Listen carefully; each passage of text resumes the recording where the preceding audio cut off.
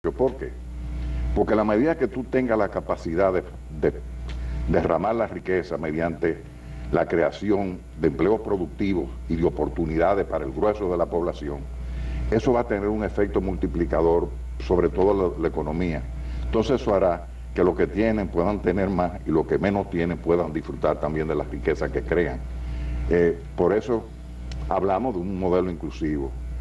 Y esa es la posibilidad que tienen los pueblos como los de nosotros de enfrentar esa crisis permanente que tiene la sociedad. Nosotros somos muy dependientes de los precios del petróleo.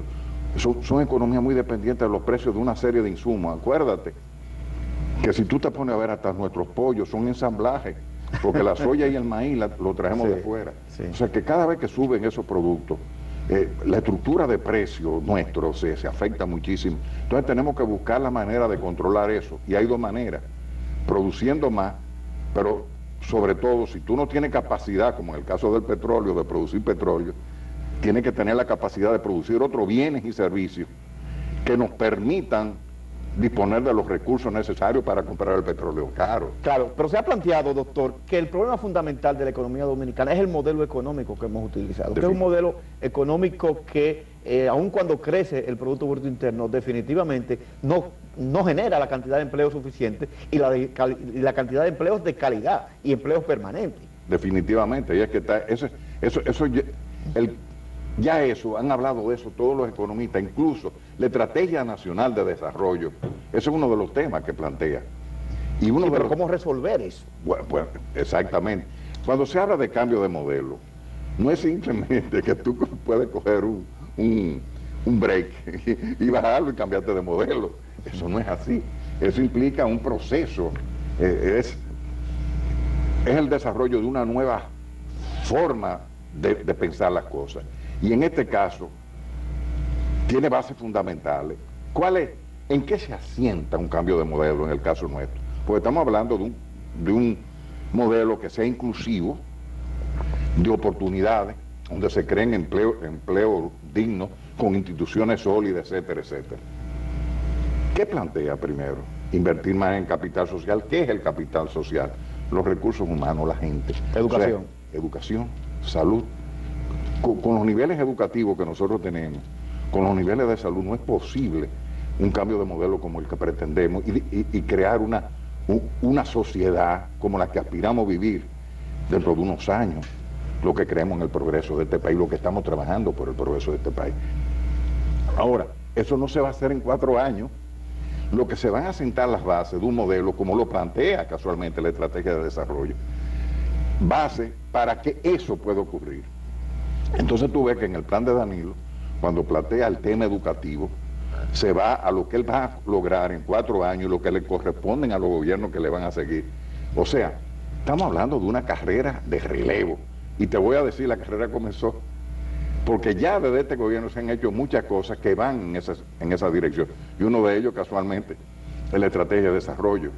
Una serie de leyes que nos van a permitir contar desde el inicio del gobierno con una infraestructura legal que nos va a permitir dar ese salto. Pero hay materias que no hemos quemado. Pero doctor, antes de entrar a las materias en las que no hemos quemado, mi problema con eso es el siguiente. Yo soy economista y como economista entiendo que no hay un país que se pueda desarrollar sino con un plan de desarrollo de largo plazo, tal como lo plantea la Estrategia Nacional de Desarrollo. Sin embargo, ¿cómo creerle a un partido o cómo creerle que con el cambio de un partido pueda permanecer la misma Estrategia Nacional de Desarrollo cuando históricamente no ha ocurrido? Ahí está. La clave casualmente de la estrategia es esa. Y la diferencia, que es que involucra a la sociedad civil, parte de que es necesario hacer una serie de pactos sociales, y Danilo mismo lo ha planteado. Pactos que tienen que ver con la electricidad, con pactos fiscales, con un pacto por la educación, que involucra a todos los actores sociales, no solamente los políticos, porque si se dejan los políticos solos puede que ocurra, como ha ocurrido hasta ahora, que no solo el cambio de gobierno plantea un cambio de la regla de juego, el cambio de un ministro o el cambio de un director general de un mismo partido te cambia la regla de juego.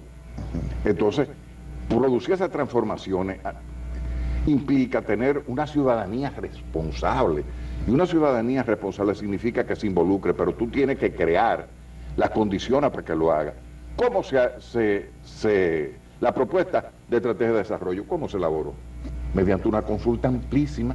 Se trata de involucrar para que lo asuman al conjunto de la sociedad. Si la sociedad no reacciona, si la sociedad no asume sus propias responsabilidades, ninguna transformación sería posible.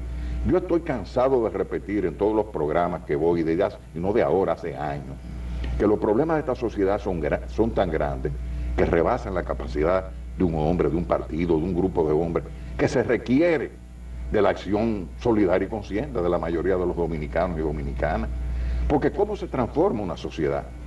Uno de los problemas que tenemos es el camino que han seguido los políticos en los últimos años. Bueno, y que a los políticos, en algunos casos, es a lo que se le achaca el hecho de la situación en la que estamos en términos de descomposición social. Pero mira, lo que ha ocurrido en los partidos políticos, el clientelismo, el rentismo, el populismo, como se ha apoderado, tiene que ver mucho con la actitud de la gente y con el problema educativo incluso. O sea, se ha mantenido la gente en la ignorancia y la forma de participación social se han reducido a los mínimos. Solamente hay algunos sectores bien esclarecidos que participan. Entonces, una de las cosas que tenemos que hacer es aumentar la participación. Por eso, para mí, me causa una satisfacción enorme cuando veo esos movimientos como por el 4%. Y el estoy harto. Por la educación, el estoy harto. Eso significa que la población está cogiendo conciencia. Y eso es lo que va a producir las transformaciones. Claro, necesitamos producir una unión entre la sociedad civil y los políticos con mira a esas transformaciones. Por eso tenemos que llevar al poder gente consciente, que tenga una visión de país y una visión que compartimos. Entonces, por eso es la importancia de comprometerse, de asumir partido con gente que uno entiende que tiene las condiciones para hacer la transformación. Pero vamos a volver a la economía y vamos a volver un poco al sector industrial antes de entrarnos a esta parte política que a mí también me interesa mucho. El sector industrial, ¿cómo lo evalúas en este momento, sobre todo cuando se tienen informaciones de que la balanza comercial es cada vez más desigual? Eso es una de las consecuencias que tenemos. ¿Qué tenemos con el sector industrial? Se produjo la apertura del país sin que se crearan las condiciones de competitividad que el país necesitaba. Esas transformaciones que teníamos que hacer para lograr mayores niveles de competitividad comenzaron después que se había producido la apertura. Y, en una palabra, nos tiraron al agua sin saber nadar y hemos tenido que salir nadando.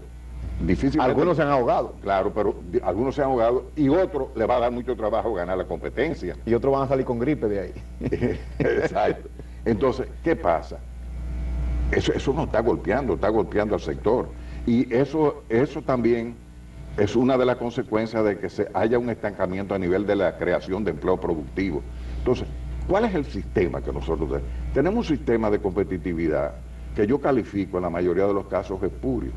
No controlamos el costo de la energía, no controlamos el costo de la materia prima. Lo único que controlamos, por ejemplo, es el salario. Entonces...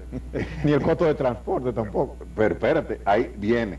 Entonces, el salario real no le alcanza a los trabajadores, aunque el salario nominal sea alto. ¿Por qué? Porque hay una serie de servicios públicos que no se suple de la calidad que se requiere. Y, por ejemplo, tú mencionaste el transporte, ahora constituye casi el 18% de los sueldos de un trabajador.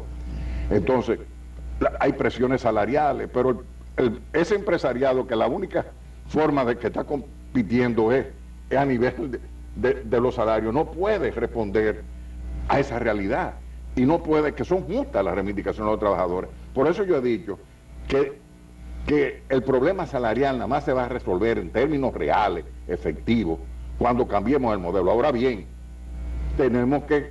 los problemas que tenemos ahora tenemos que enfrentarlos y tenemos que buscar salidas, tratando del que menos se sacrifique la parte más débil.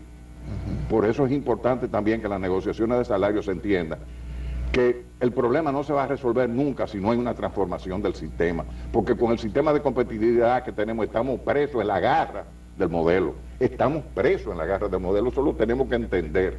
Entonces, pero mientras eso se transforma, tenemos que buscar un paliativo a la situación salarial. en el país. Pero definitivamente usted está planteando muchos problemas al mismo tiempo, y que yo me estoy erizando conversando con usted, porque tenía una serie de preguntas, pero usted la va respondiendo casi de manera inmediata. Eso de los salarios, por ejemplo.